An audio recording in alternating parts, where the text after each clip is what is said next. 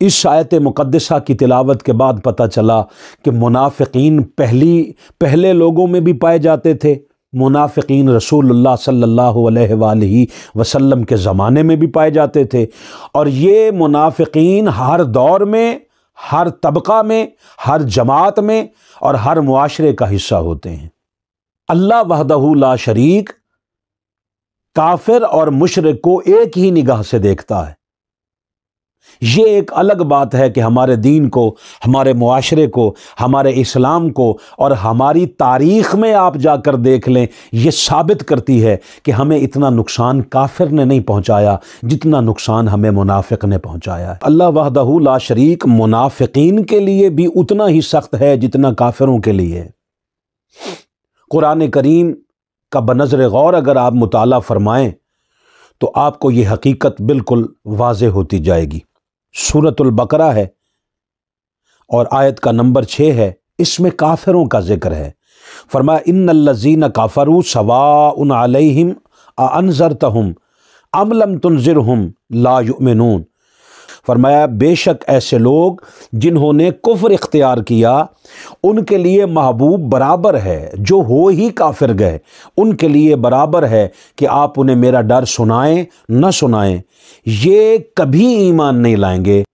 اب یہ وہ کہہ رہا ہے جو کافروں کا خالق ہے، وحدہ لا شریک خود فرما رہا ہے۔ فرمایا محبوب ان کے لیے بالکل برابر ہے، آپ انہیں میرا ڈر سنائیں نہ سنائیں، ان کے لیے برابر ہے کہ یہ کبھی ایمان نہیں لائیں گے۔ مالک تیرا ڈر سن کر بھی یہ ایمان کیوں نہیں لائیں گے؟ وجہ کیا ہے؟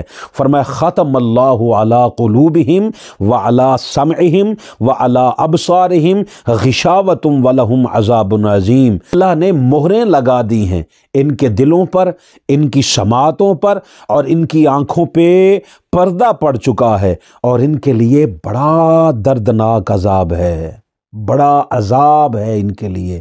عذاب عظیم کہا، بہت بڑا عذاب ہے ان کے لیے۔ اور جب کافروں کا یہ مضمون 6 نمبر آیت میں جیسے ہی ختم ہوا تو ساتھ ہی منافقین کا ذکر کرتے ہوئے فرمایا وَمِنَ النَّاسِ مَن يَقُولُ آمَنَّا بِاللَّهِ وَبِالْيَوْمِ الْآخِرِ وَمَا هُمْ بِمُؤْمِنِينَ۔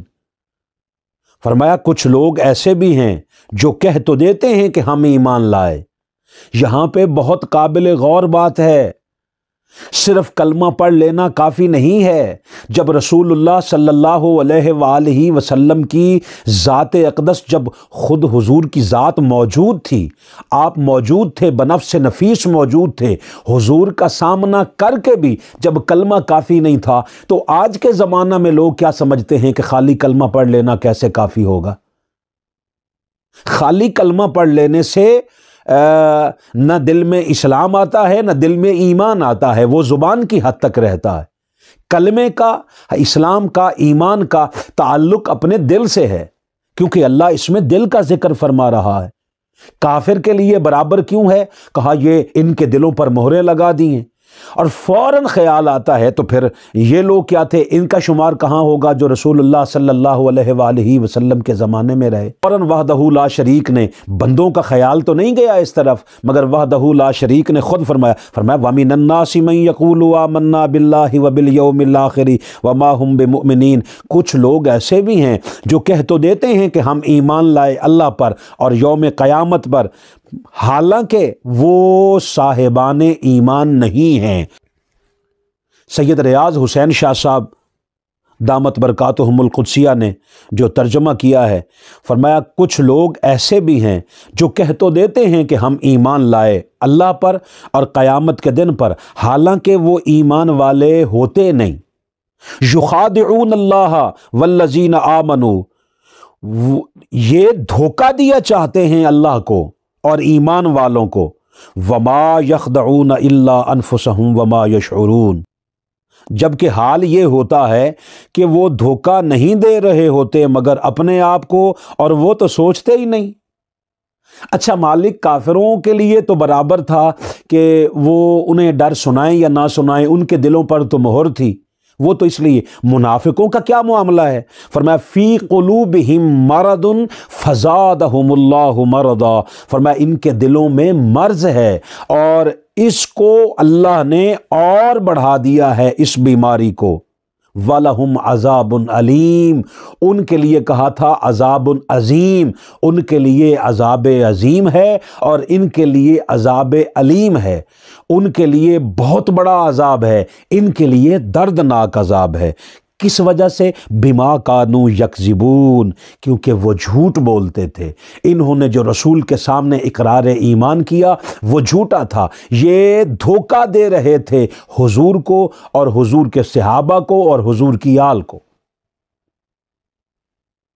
آج کے اس معاشرے میں بھی موجود ہیں، جب ان سے کہا جاتا ہے کہ آپ وَإِذَا قِيلَ لَهُمْ لَا تُفْسِدُوا فِي الْأَرْضِ، جب ان سے کہا جاتا ہے کہ آپ زمین میں فساد پیدا نہ کریں، تو وہ پتہ ہے کیا کہتے ہیں؟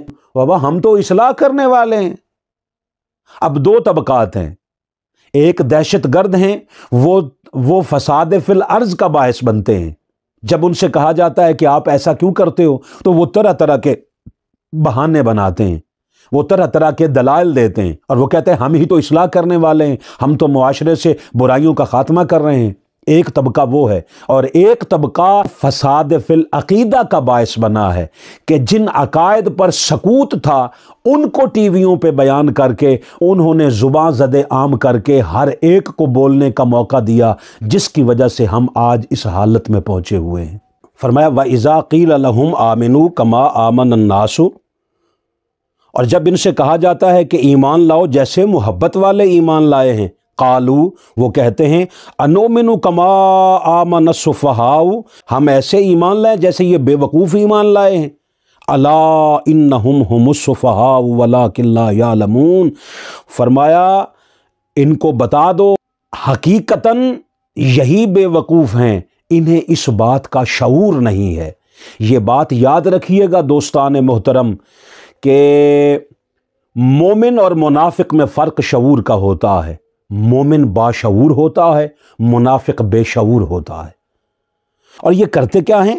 وَإِذَا لَقُوا الَّذِينَ آمَنُوا، اور جب یہ ایمان والوں سے ملتے ہیں قَالُوا آمَنَّا، یہ کہتے ہیں ہم تو ایمان لائے۔ وَإِذَا خَلَوْا إِلَىٰ شَيَاطِينِهِمْ، جب یہ تنہائیوں میں اپنے شیطانوں کے پاس جاتے ہیں قَالُوا إِنَّا مَعَكُمْ، وہ وہاں جا کر کہتے ہیں ہم تو تمہارے ساتھ ہیں۔ إِنَّمَا نَحْنُ مُسْتَهْزِئُونَ، ہم ایسے ہی مذاق کرنے کے لیے وہاں جاتے ہیں۔